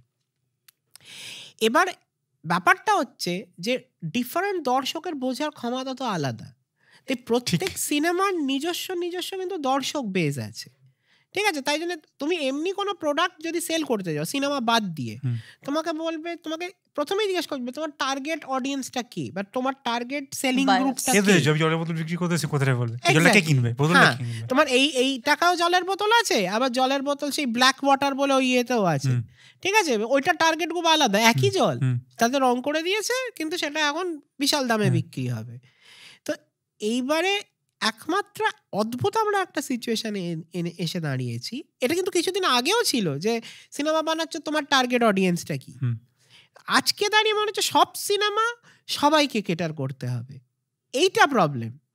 মানে যেটা তুমি তখনও বললে, আজকে আল্লু অর্জুনকে বা আজকে তোমার জুনিয়র এনটিআরকে তো ইন্টেলেকচুয়ালদের দ্বারা ভ্যালিডেটেড হতে হয় না, তাহলে একটা বেঙ্গলি স্টারকে কেন একটা ইন্টেলেকচুয়ালদের দ্বারা ভ্যালিডেটেড হতে হবে? আর সেই কেটে বদারই বা কেন?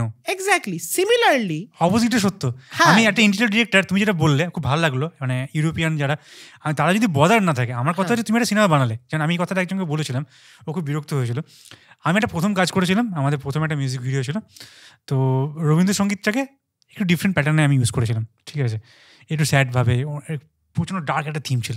তো আমাকে অনেকে বলেছিল সিনেমাকে দেখবেন, আমি বললাম এটা আমি এমন একটা রিস্কিভাবে বানাচ্ছি, আমি ধরে নিচ্ছি লোকে দেখবে না, তা আমার এটা কোনো এক্সপেকটেশন নেই, সেটা লাখের উপর প্রচুর ভিউ হয়ে যায়, 2-3 লাখ ভিউ হয়ে যায়, আমি খুশি। আর একটা কাজ করেছিলাম ফুল কমার্শিয়াল, ওটা লোকে দেখেনি, নেয়নি। তাই এবার আমি ভাবতে বলছি নেয়নি কেন। এবার আমি কি বলছি, আমার যদি প্রথম কাজটা যে 1 লাখ না দেখে 2000ও দেখতো, আমার খারাপ লাগতো না। আমার হচ্ছে এটাই, আমি যে কাজটা বলছি এই কাজটা লোকে দেখলো না, তাহলে বয়ে গেছে, তাহলে আমি দর্শককে গালাগাল দিচ্ছি কেন? আমি এটা বলছি। আজকে তুমি যদি আমাকে বলো যে মন পতঙ্গ ভাই আমি বানিয়েছি নিজের জন্য, নিজের ইন্টারেস্ট দেখানোর জন্য, আমার বদার না। তুমি সত্যি কালকে এসে বলবে না যে বাংলা সিনেমা অডিয়েন্সের গাধা, এইটা বলবে না একদমই। আবার তুমি যদি কালকে একটা অ্যাভেঞ্জার বানানোর চেষ্টা করো, ধরে নাও, এবার যদি লোক না দেখে, ইউ শুড বি বদার্ড, লোকে কেন দেখলো না? একদমই তাই। আরেকটা ব্যাপার হচ্ছে তুমি মানে একদম মানে এটা তো আমার মনে হয় তুমি যে মানে যে জায়গা থেকে তুমি একটা ফিল্ম বানাচ্ছ এবং তুমি কেন বানাচ্ছ তার clarity of thought and understanding তোমার কাছে থাকাটা ভীষণ জরুরি। যে তুমি যেটা বললে খুবই ঠিক বললে, যে একটা মন পতঙ্গ তুমি মনে করছো এই জন্য তুমি বানিয়েছো, সেখানে দর্শক দেখলো না, তুমি বদার করলে না, মানে আমি নামটা জাস্ট তুমি নিচ্ছ বলে সেটা বললাম, কিন্তু তুমি একটা অ্যাভেঞ্জার্স বানিয়েছো এবং সেখানে তোমার দর্শক দেখলো না, তাহলে তো তোমাকে ডেফিনেটলি রিভিজিট করে দেখতে হবে যে কেন দর্শক দেখলো না। এবং ওরা কিন্তু ওটা করছে। অ্যাভেঞ্জার্স সিনেমা, অ্যাভেঞ্জার্স সিরিজের একটা সিনেমা, সেটা হয়তো হিট করে গেছে, কিন্তু ওরা যেটা এক্সপেক্ট করেছিল সেইখানে পৌঁছয়নি, তখন কিন্তু সেই প্রজেক্টটা তার সিকুয়েলগুলো স্ক্র্যাপড হয়ে যাচ্ছে, হচ্ছে। কিন্তু সেকেন্ডলি হচ্ছে যেটা তুমি বললে, ঐতিহাসিকভাবে সিনেমা ইন্ডাস্ট্রি, সিনেমা তো একই সঙ্গে একটা আর্ট, আদতে সিনেমা একটা আর্ট, এই আর্টটা বেচে প্রচুর টাকা রোজগার করা যায়। যেমন এক্সরে মেশিন, ঠিক আছে, it is a scientific equipment. এবার কেউ এক্সরে মেশিন কিন্তু এই করে না যে আরে এক্সরে মেশিনটা করে কত লাভ হলো, কেউ করে না কিন্তু, বাট ওটা থেকেও তো লাভ হয়, সেরকম সিনেমাও তাই জিনিস। খুব সুন্দর কথাটা বললে, তো আই লাভ ইট। বলো তারপর। তো একসঙ্গে একটা শিল্প, যে শিল্প থেকে প্রচুর টাকা রোজগার করা যায়, তো সেখানে কি দুটোরই জায়গা থাকতে হবে, যে তুমি যদি টাকাটা রোজগার না করো তাহলে শিল্পটা বাঁচবে কি করে, আর যদি শিল্পটাই এক্সিস্ট না করে তাহলে আজকে এই মুহূর্তে দাঁড়িয়ে ওটা ঘুরতে ঘুরতে ঘুরতে তারপর একসময় ঢুপ করে পড়ে। আমি তোমাকে একটা হাসি কথা বলি, ঠিক আছে, কাটলাম, সরি। এই লোকজন যাদের কথা বলি না, আমি এদের দেখতে চাই, মানে যারা থিয়েটার করে বা বাইরে কাজ করে অনেকে করে, এদের ফেসে ব্যবহারে একটা ইন্টেলেকচুয়াল আঁতলামও থাকতে হবে, কিন্তু এরা মন থেকে ভীষণ একটা হিট সিনেমা চাই, মানে তারা মন থেকে চাই, এটা তো একদম মানে এরা চাই তাদের বছরের সেরা হিটটা ওরাই দিয়েছে, কিন্তু তারা আবার আঁতলে মোড়েও চাই, দুটো তো হতে পারে না বস একসঙ্গে। তাহলে তুমি সত্যজিতের মতো একটা ছাড় হয়ে বানাও, যারা একদম হিরোটার দেশে আমি দেখতে যাবো, বা তুমি ঋত্বিক ঘটকের মতো সিনেমা, ঋতু চলেনি যদিও, বা ঋতুপর্ণ ঘোষ বানাও, লোকে দেখবে, সেটা তো করছো না। সরি অন্যদিকে চলে গেছিলাম, তুই বলো। আমি কি যেন বলছিলাম, হ্যাঁ, তো হিস্টোরিক্যালি কিন্তু প্রডিউসার্সদের এই জিনিসটা থাকতো যে আমি 4টে সুপারহিট সিনেমা বানাবো যেটার থেকে আমার প্রচুর টাকা উঠবে, এবং 4টে আমি মানে আর্টিস্টিক সিনেমা বানাবো যেটা সিনেমার শিল্পটাকে এগিয়ে নিয়ে যাবে। This was the balance historically, this was the. এই মুহূর্তে দাঁড়িয়ে জিনিসটা ঘেঁটে গেছে যে কোনটা আর্টিস্টিক সিনেমা, কোনটা কমার্শিয়াল সিনেমা, কোনটার ওপর প্রেশার থাকা উচিত টাকা রোজগার করার, কোনটার ওপর প্রেশার থাকা উচিত না টাকা রোজগার করার। ঠিক আছে, যেমন ধরো মন পতঙ্গ যখন আমরা কোভিডের আগে বানানো শুরু করেছিলাম তখন আমাদের কেউ চিনতো না, ন্যাশনাল অ্যাওয়ার্ড পাইনি, কিছুই পাইনি। সো সেটার স্কেল অনেক কম ছিল। মানে ধরো আজকে তুমি মন পতঙ্গের ট্রেলার দেখবে, একটা বড় ব্রিজের ওপর দুটো লোক দাঁড়িয়ে রয়েছে, তখন ভাবা হয়েছিল যে এই যে আমাদের ওই ছোট খালটার উপর যে ছোট ছোট ব্রিজগুলো থাকে ওইখানে শর্ট হবে ওইটা, উইদাউট এনি পারমিশন, হানা টানা কোনোটা দিন কোনোটা ক্যামেরা নিয়ে গিয়ে শুট করে ফেলবো। ঠিক আছে, তো বাজেট ওয়াজ দিস। তারপরে যখন কালকক্ষ বুসান পেলো, কালকক্ষ ন্যাশনাল অ্যাওয়ার্ডের দিকে যাচ্ছে, তখন আমাদের প্রডিউসার বলল থিঙ্ক বিগার। ঠিক আছে, তো তাই জন্য এখন ওখানে গান আছে, অনেক কিছু আছে, সো তার স্কেল ইনক্রিজড। ঠিক আছে, এরপর সেখানেও we felt that it is still a little, মানে এখানে যখন ছবি দেখে তখন লোকে অনেকেই বলে যে আরে এটা তো একদমই মেইন স্ট্রিম ছবি মনে হচ্ছে, দিস ডাজন্ট লুক লাইক মানে আর ইন্টেলেকচুয়াল ফিল্ম, কোট আনকোট, আমি ভাষার অভাবে বলছি, হ্যাঁ আতেল সিনেমা তো নয় এটা আরো হয়। যেমন কলকাতা ফিল্ম ফেস্টিভ্যালে অ্যাওয়ার্ডটা পাই, সেটা আলাদা ব্যাপার। যখন সিনেমাটা দেখানো হয়, আফটার আমরা বেরোচ্ছি, মানে we almost got mobbed by the audience, যেটা কি বানিয়েছে, ওটা কি মানে almost 1200 audience saw it in the first screening, যেটা রবীন্দ্র সদনে দেখানো হয়। তো আমাদের দুজনেরই একটা হালকা ক্রাউড অ্যাংজাইটি আছে, মানে ঠিক আছে। তো এবং প্রথমেই যখন সবাই ঘিরে ধরছে যে কেন ঘিরে ধরছে, তারপর স্বপ্ন দেখি এইটা, হ্যাঁ তারপর রিয়েলাইজ দ্যাট দে আর অ্যাপ্রিশিয়েটিং, কি বাজে হয়েছে নাকি, মারবে নাকি। তো হ্যাঁ, মানে যেইভাবে লোকে মানে সে মানে দেওয়ালের পিঠ থেকে যাচ্ছে সেরকম ভাবে লোকে পুশ করেছে, মানে লোকে ছোবার চেষ্টা করছে, মানে হোয়াট ইজ দিস। তো যাই হোক, মানে সেইটা ওয়াজ ডেফিনেটলি দ্যাটস ভেরি ওভারওয়েলমিং। এবং তো সেখান থেকে আমাদের ধারণাটা হয়, এবং তারপর ট্রেলারের রিয়াকশনে কি হচ্ছে যে একটা লোক যদি একটা খারাপ কথা বলছে, তো অন্য লোক যাদের আমরা চিনি না তারা গিয়ে আবার তাকে ইয়ে করে আসছে যে আপনি কিছু বোঝেন না, আপনি চুপ থাকুন। ঠিক আছে, আমরা কাউকেই চিনি না, যে কমেন্ট বক্সে যেটা আসছে, মানে we are not aware of any single person over there, কিন্তু সেখান থেকে আমাদের ইন্টারঅ্যাকশন চলছে, যেটা আমাদের মনে হয়েছে ট্রেলারটাতে যে একটা ডায়ালগ বেস তৈরি হয়ে গেছে ট্রেলারটা।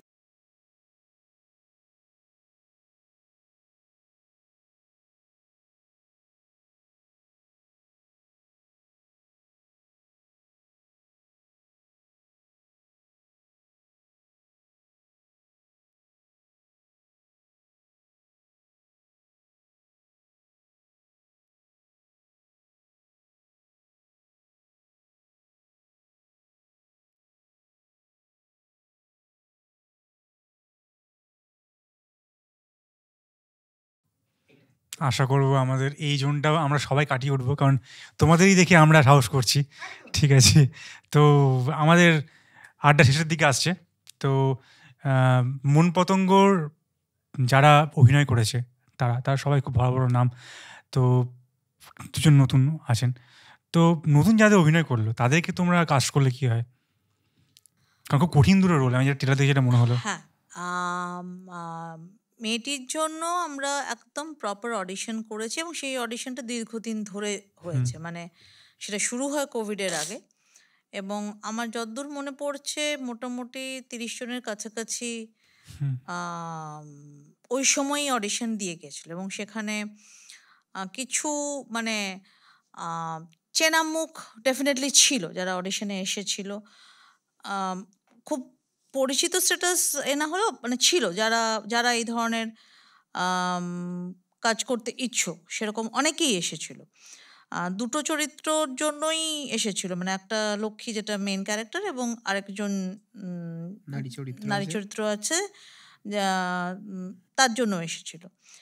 এবারে বৈশাখী তখনই আসে, বৈশাখী ওই অডিশনটা শেষের দিকে আসে এবং বৈশাখী সেই অর্থে কোনো ব্যাকগ্রাউন্ডই নেই, মানে ও যে খুব থিয়েটার ব্যাকগ্রাউন্ড থেকে আসছে তাও না, কিছু ছোট ছোট কাজ, কিছু ওয়ার্কশপস অ্যাটেন্ড করেছে, এটাই ওর ব্যাকগ্রাউন্ডে ছিল। তো এবারে যেটা ওর মধ্যে ছিল একটা অদম্য সাহস ছিল, যেটাই এই চরিত্রটার হচ্ছে একদম বুনিয়াদ এবং সিনেমাটারও বুনিয়াদ একদমই। তো সেই সাহসটা ও ফার্স্ট ধাপ থেকেই আমাদের এক্সপ্রেস করতে পারে এবং মানে ও যে মফস্বল বা যে ব্যাকগ্রাউন্ড থেকে আসছে সেখান থেকে একটা মানে চরিত্রগত কানেকশন ও ক্যারেক্টারটার সাথে ও তৈরি করতে পারে, যেটা আমাদের মনে হয় ওই রাউন্ডেই মনে হয়। এবারে ধরো যেগুলো সব থেকে টাফ এরিয়াস বা চ্যালেঞ্জিং এরিয়াস ছিল, যে তুমি এই ফুটপাতে শুয়ে বসে এটাই তোমার বাড়ি, এটাই তোমার ঘর, এটাই তোমার সংসার, এখানেই তুমি বাস করো, এখানেই তুমি খাওয়া দাও, এখানেই তুমি প্রেম করো, এইটা তুমি কিভাবে করবে? এবং ওই মানে 20 তারিখটা আমার খুব ডিস্টিংক্টলি মনে আছে যে প্রথম ওই দুজন মানে শুভঙ্কর এবং বৈশাখী রাস্তায় ফুটপাতে শুয়ে একটা মানে প্রেমের দৃশ্য ওয়ার্কশপ টাইপের মানে আমাদেরকে করে দেখাচ্ছিল আর কি। যখন আমরা জানি তারপরের দিন জনতা কারফিউ হবে, তারপরে তো আবার খুলে যাবে এবং will come back again with this. তো সেটা ঘটেনি, সেটা মানে হয়নি। এবারে শুভঙ্করের ব্যাপারে শুভঙ্কর আমাদের সাথে আগে ছোট শর্ট ফিল্মসগুলো করেছিল, তো আমরা ওর এটা জানতাম, ওর ক্যালিবারটা আমরা জানি যে ওকে মোল্ড করলে কত দূর অবধি ওকে নিয়ে যাওয়া যাবে। He is a directors material একদম, মানে অন্যভাবে ওকে কাজ করাতে চাইলে the directors will face problems, কিন্তু যদি ডিরেক্টর ওকে একদম একটা ছাঁচে ফেলে মোল্ড করার চেষ্টা করে he will perform it accordingly. তো সেইটা আমরা ওর সাথে অ্যাওয়্যার ছিলাম ব্যাপারটা। তো ও মোটামুটি ফিক্সড ছিল মানে হাসানের চরিত্রটার জন্য। তো লক্ষ্মী এভাবে মানে বৈশাখী এভাবে পিকড আপ হয়। এবার এখানে বলে রাখার কথা যে তন্নিষ্ঠা কিন্তু এই লক্ষ্মীর জন্যই অডিশন দিতে এসেছিল, যেখান থেকে তন্নিষ্ঠা মামুনি হয়ে ওঠে কালকক্ষর। কার ভাগ্যে কি থাকে একদমই। এবং এখানে যেহেতু তন্নিষ্ঠা খুবই পোটেনশিয়াল একজন পারফর্মার, তাই জন্য আমরা যে অন্য চরিত্রটির জন্য যেটা বলছিলাম মন পতঙ্গে সে ওটা করে, কিন্তু ওটা কখনোই আমাদের মানে ভাবনাতে ও ছিল না। কিন্তু এইভাবে ও মানে মানে মন পতঙ্গ দিতে এসে যে ও কালকক্ষতে ঢুকবে, এটা জার্নিটা কিন্তু এইটা। এবারে সীমা বিশ্বাস, আমরা যখন যে চরিত্রটাতে উনি কাজ করছেন সেটা যখন আমরা লিখি বা মানে আমাদের যখন জেনেসিস অফ দ্য আইডিয়াটাও তৈরি হয়, আমাদের সামনে কিন্তু যে রিফ্লেকশনটা ছিল ওয়াজ সীমা বিশ্বাস। ওনাকে পাওয়া তো একটা ভাগ্যের ব্যাপার, একদম ভাগ্যের ব্যাপার, যে এটা তো মানে আমরা ওনাকে ছাড়া কাউকে দেখতেও পাইনি। মানে প্রতিটা পরিচালক আমার মনে হয় তার একটা ভিজুয়াল ইম্প্যাক্ট সবসময় তার থাকে, সে যখন একটা চরিত্র, এবং উনি এক রাতের মধ্যে করেছেন গল্পটা। মানে যখন আমরা ওই 2020 সালে স্টেটাসে ছিলাম তখন মানে আমরা মানে দূর দূরান্ত অবধি কখনোই সীমা বিশ্বাসকে অ্যাপ্রোচ করবো এটাও ভাবিনি। কিন্তু এই যে জার্নিটা কালকক্ষ আমাদের এনে দেয়, আমার মনে হয় তোমাদের জন্য ভালো হয়েছে। যদি না হতো তুমি হয়তো না অ্যাপ্রোচ করতে পারতে না। অ্যাকচুয়ালি মন পতঙ্গ ডেবিউ হলে মানে হতো না, ছড়িয়ে লাট হয়ে যেতাম ট্রুলি স্পিকিং। তো সেখানে যখন হয়তো ভরসাটাও বাকিটা করতো না, এখন যেটা করে। না দেখো, মন পতঙ্গ যখন প্রথম ভাবা হয়েছিল it was an out and out serious film, ওখানে অন্য কোনো রস ছিল না। বাট যেহেতু আমরা সময়টাও পেয়ে যাই এবং স্কেলটাও বাড়ে, সেখানে কমেডি ঢোকে সেখানে এবং খুব ন্যাচারালি ঢোকে, মানে থ্রিলারও তো দেখলাম অনেক, কমেডি সব জিনিসগুলো আস্তে আস্তে ঢোকে যেভাবে ঢোকে আর কি। তো তখন আমরা যখন পরবর্তীকালে মানে 22-এ এসে সীমাদির সাথে যোগাযোগ করি, তখন একটু হলেও আমরা এক ধাপে গিয়েছি। আমাদের মানে পালকেও একটা ন্যাশনাল অ্যাওয়ার্ড রয়েছে এবং তখন যখন অরোরা ফিল্ম কর্পোরেশনের মতন একটা লেগেসির জায়গা থেকে মানে উনি কলটা করেন এবং সেই কলে আমিও কথা বলি, স্ক্রিপ্ট পাঠাও, 2 দিনের মধ্যে ওনার করাটা, এটা কিন্তু এইভাবেই মানে খুব ম্যাজিক্যালি। ওই দিন কল হলো, তার পরের দিন একটা কথাবার্তা হয় এবং সেই দিনই স্ক্রিপ্টটা পাঠানো হয়। হার্ড কপি পাঠানোর পরের দিনই সকালবেলা ফোন করে মানে উনি পাওয়ার পরের দিনই উনি করছি এটা করে।